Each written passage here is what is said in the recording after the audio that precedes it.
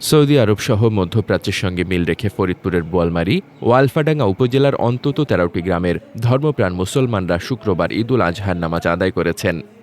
আলফাডাঙ্গা প্রতিনিধি কবির হোসেনের প্রতিবেদনে থাকছে বিস্তারিত। ঈদের জামাত অনুষ্ঠিত হয়েছে বোয়ালমারী উপজেলার শেখর ও রূপাপাত এবং আলফাডাঙ্গা উপজেলার সদর ইউনিয়নের ৪টি স্থানে। এসব জামাত হল যথাক্রমে শেখর ইউনিয়নের রাখালতলী ঈদগাহ ময়দানে সকাল ৯টায়, মাইট কুমড়া জামে মসজিদে সকাল ৮টা বেজে ৩০ মিনিটে, মাইট কুমড়া লস্করবাড়ি জামে মসজিদে সকাল ৯টা বেজে ৩০ মিনিটে এবং সহস্রাইল দায়রা শরীফে সকাল ১০টায়। সরেজমিনে জানা গেছে, প্রতি বছরের মতো এবারও শেখর ও রূপাপাত ইউনিয়নের অন্তর্গত ১৩টি গ্রামের আংশিক মুসলিম সম্প্রদায় সৌদি আরবের চাঁদ দেখার ভিত্তিতে একদিন আগে রোজা রাখা ও ঈদ উদযাপন করে থাকেন। তাদের অনেকেই চট্টগ্রাম মির্জাখিল দরবার শরীফের অনুসারী। এছাড়া আলফাডাঙ্গা সদর ইউনিয়নের ধলেরচর গ্রামেরও একাংশ এই উৎসবের সঙ্গে সম্পৃক্ত। তারা সহস্রাইল দায়রা শরীফে এসে ঈদের জামাতে অংশগ্রহণ করেছেন। সকাল ৮:৩০ থেকে ১০:৩০টার মধ্যে পর্যায়ক্রমে ৪টি জামাত সম্পন্ন হয়।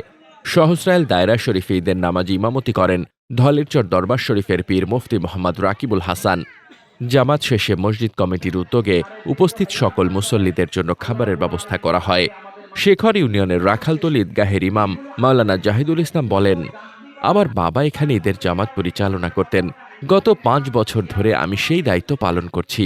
শেখর ইউপির সাবেক চেয়ারম্যান ও সহস্রাইল পাবলিক পাইলট উচ্চ বিদ্যালয়ের প্রধান শিক্ষক মোহাম্মদ ইসরাফিল মোল্লা বলেন, ছোটবেলা থেকেই দেখে আসছি শেখর ও রূপাপাত ইউনিয়নের প্রায় ১৩টি গ্রামের কিছু মানুষ সৌদি আরবের সঙ্গে মিল রেখে আগাম রোজা ও ঈদ পালন করে আসছেন। নামাজ শেষে মুসল্লিরা পশু কোরবানির মাধ্যমে ঈদের আনুষ্ঠানিকতা শুরু করেন। মোহাম্মদ শামীম রেজা, দৈনিক খোলা চোখ। আপনার স্বপ্নের যাত্রা হোক ফ্লাই ইনফিনিটির সাথে।